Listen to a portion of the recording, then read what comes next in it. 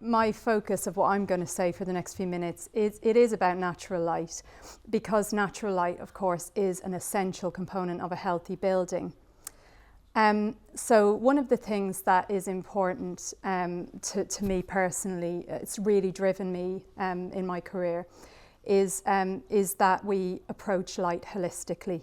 So historically I've had a focus on natural light, but I really don't like the idea that we go, that person, they do daylight, that person over there does artificial light. It's all light. And as far as we're concerned as human beings, it's all light. And as far as our brains are concerned, it's all light. And what we experience in different spaces as we move through our day and through our world is spaces that are illuminated by a combination of artificial and natural light. Now, of course, we do sometimes find ourselves in fully artificially lit spaces, but ideally, and I think most of you will experience that you work and live in places where you have a combination of different light sources. So when it comes to sustainability as well, using natural light is a no-brainer. But today I'm not going to focus so much on the sustainability side. It's given the nature of this event, the focus is really about the health and well-being benefits of using daylight as our main light source in buildings. So when I think about this topic and trying to condense it into a short, talk like this, one of the things that occurs to me is when I talk about daylight, is it a want or is it a need? And of course, it's both. So I'm going to just touch on the want side, if you like, and then the need side. So does anyone recognize this? Does it? I've seen it on Teams calls, I know. Do you recognize it? Is that the IT? Yeah, well done. I didn't know whether, most of you would have seen the show. It's one of my favorite comedy shows from quite a few years ago now. And it centres around, it's a sitcom, and it's about an IT department. Have we got a guest? It's about an IT department in a nameless corporation, and they work in the basement. And of course, this was probably the 90s, but back in those days as well, it was very common to have functions like IT and support services like facilities. I still see a lot of facilities managers in windowless spaces. And it's really bad because, they're working there all day, just like everybody else. But the reason why I love this, it's a set, obviously, it's fiction, right? But what's interesting is, look at how it's been sort of decorated. It's not designed, really, but look at how much stuff there is, how much visual clutter there is. And there's actually some research from the 1980s that I find really interesting.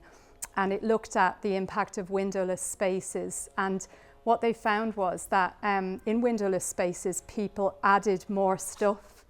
And it was almost as if they needed to compensate for the lack of natural light.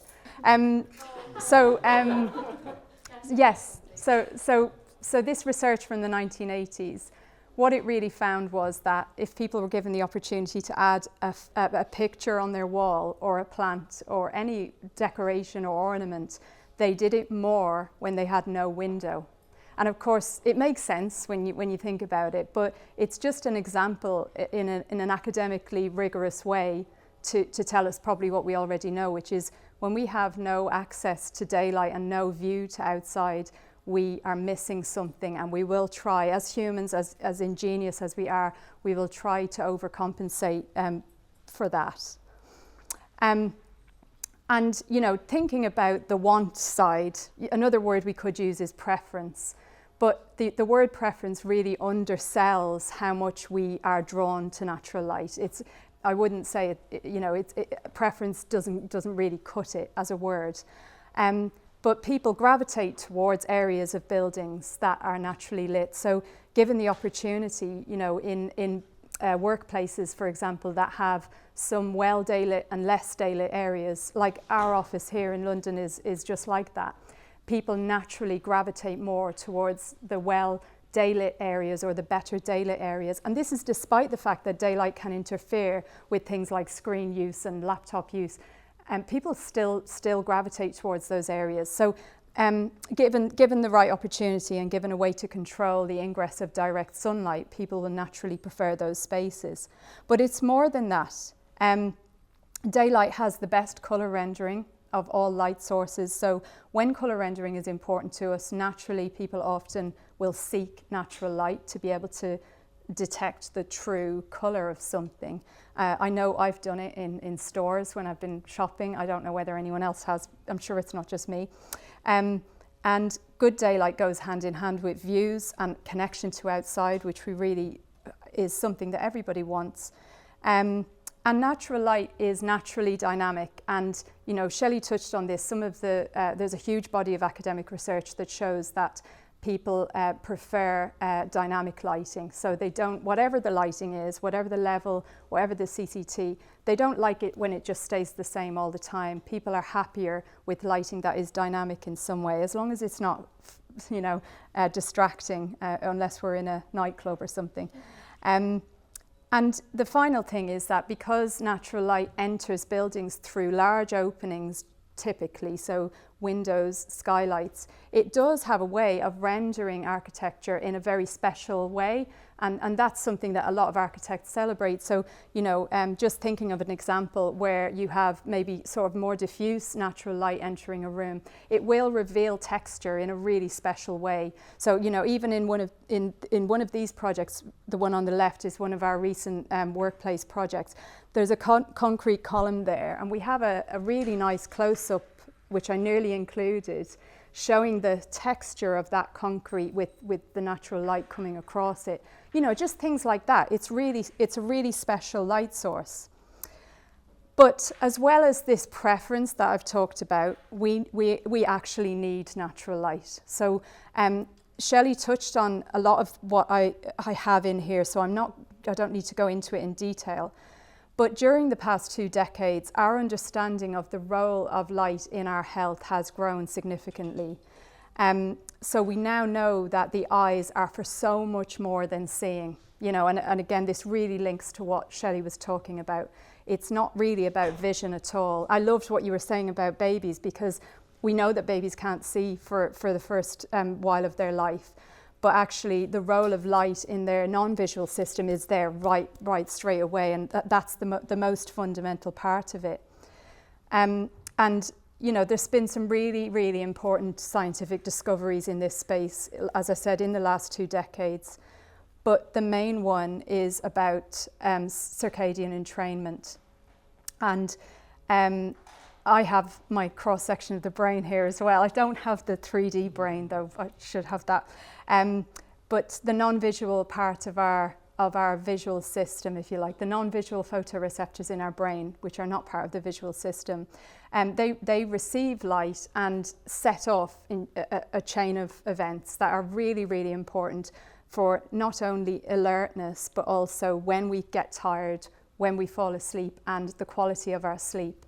And our circadian body clocks, our circadian rhythms, they naturally have a slightly longer than 24-hour period. So they are a bit like a watch that's a little bit out, you know, like a analog watch that is a little bit out, maybe a bit old, just needs to be reset every morning. That's what we're like. We need to be reset every morning. And the way to do that is with natural light. And you can see here, this is the spectral distribution of the spectral power distribution of natural light, the typical one.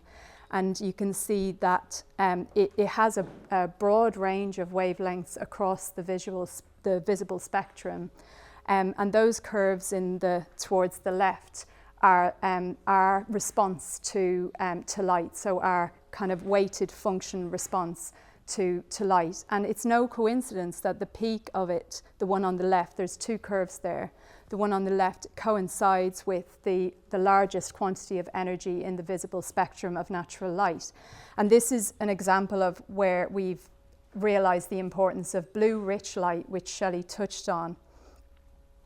But the health-giving benefits of natural light are about so much more than circadian entrainment. We talked about some of the psychological benefits of it as well, but there's some more recent research that talks about and looks at the importance of the infrared and the red wavelengths and beyond, outside the visible spectrum.